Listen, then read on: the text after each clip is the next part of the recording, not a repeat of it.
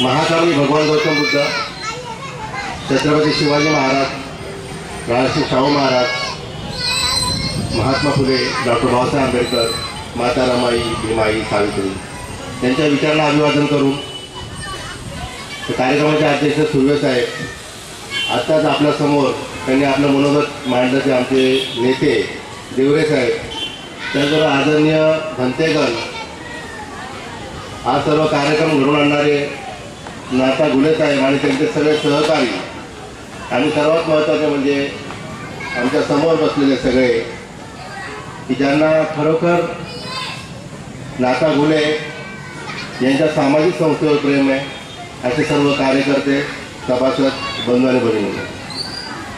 असं म्हटलं जातं की जेव्हा युद्धाचा काळ असेल, कुठलंही मोठं युद्ध असेल, तर त्यावेळेस न तीर निकालो ना तलवार निकालो, न तीर निकालो ना तलवार निकालो, जब तोप हो मुकाबिल, जब तोप हो मुकाबिल तो अखबार निकालो.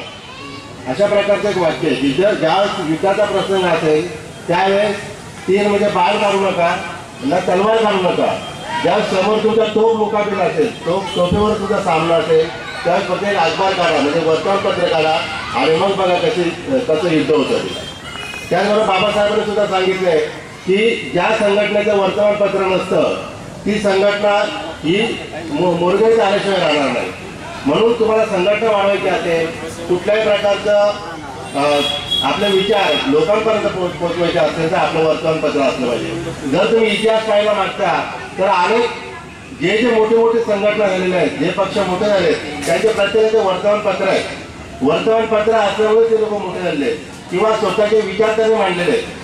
डॉक्टर बाबासाहेब आंबेडकरांच्या बाबतीत जर आपण म्हटलं तर बाबासाहेबांनी सुद्धा जी चळवळ सुरू केली ती वर्तमानपत्रांपासूनच सुरू केलेली आहे. त्यांनी आपले विचार वर्तमानपत्राद्वारे संपूर्ण भारतामध्ये पसरवले, आणि त्यानंतर मग त्यांच्या ज्या कार्याला बळकटी मिळाली, आणि त्यानंतर मग ते कार्य इतकं मोठं झालेलं दिसतं.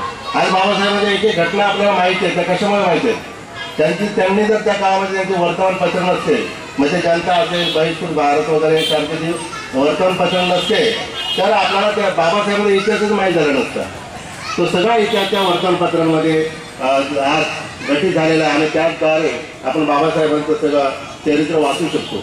महात्मा फुलेंच्या बाबतीत पाहिलं आपण तर महात्मा फुलेंनी सुद्धा त्या काळामध्ये पुस्तकं लिहिली, वर्तमानपत्र चालवली, आणि त्यातून आपले विचार लोकांपर्यंत पोहोचवले. मला या ठिकाणी सांगायचं की त्या काळामध्ये संगणक नव्हतं. संगणक असतं तर बाबासाहेब आंबेडकरांनी अगोदर संगणकच त्यांनी सुद्धा व्यवसाय सुरू केले असतील, आणि आपले विचार त्यांनी लोकांपर्यंत म्हणजे जगावर पोहोचण्याचं काम केलं. बाबासाहेब आंबेडकर किंवा महात्मा फुले यांनी वर्तमानपत्राद्वारे आपल्या महाराष्ट्रामध्ये किंवा भारतामध्ये, परंतु त्याच्याही पुढे जाऊन ही संघटना जनकल्याण बहुउद्देशीय संघटना ही आपले विचार संपूर्ण जगामध्ये पोहोचवण्याचा प्रयत्न करते. उद्घाटन केलंय वेबसाईटमध्ये संपूर्ण जगामध्ये इंटरनेटचे संपूर्ण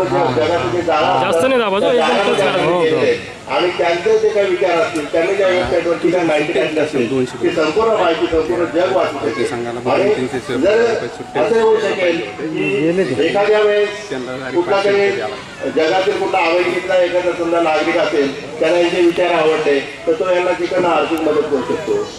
कुठल्याही याच्यात जर आपण पाहिलं, पंडित नावाचा जो कार्यकर्ते आदिवासी लोकांचं काम करतो, पंडित तिकडे वाडा वगैरे साईडला राहतो, तर त्या पंडितला $1000 बाहेरून मिळतात.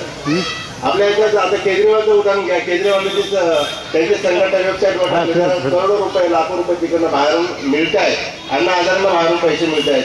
हे जर आपण आपले विचार आणि आपलं कार्य जर चांगल्या पद्धतीने आपल्या वेबसाईटवर टाकलं तर लोक आपल्याला मदत करायला तयार असतात. गुलासाहेब मी तुम्हाला सांगेन, बाकीच्या त्यांच्या सर्व कार्यकर्त्यांना सांगेल की तुम्ही जर चांगलं काम केलं तर लोक तुमच्या बरोबर येतील. आणि चांगलं करणाऱ्यांना सुरुवातीला विरोध होतो किंवा सुरुवातीला कमी रिस्पॉन्स मिळतो, पण जेव्हा ते कार्य जसं जसं मोठं होत जातं तसं त्यांचा रिस्पॉन्स वाढत जातो. असं म्हणतात की मी जेव्हा चालायला सुरुवात केली तर माझ्याबरोबर कोणी नव्हतं, पण हळूहळू तो माझा कारवा वाढत गेला, म्हणजे जो माझ्या मागचा जो मेळा होता तो वाढत गेला.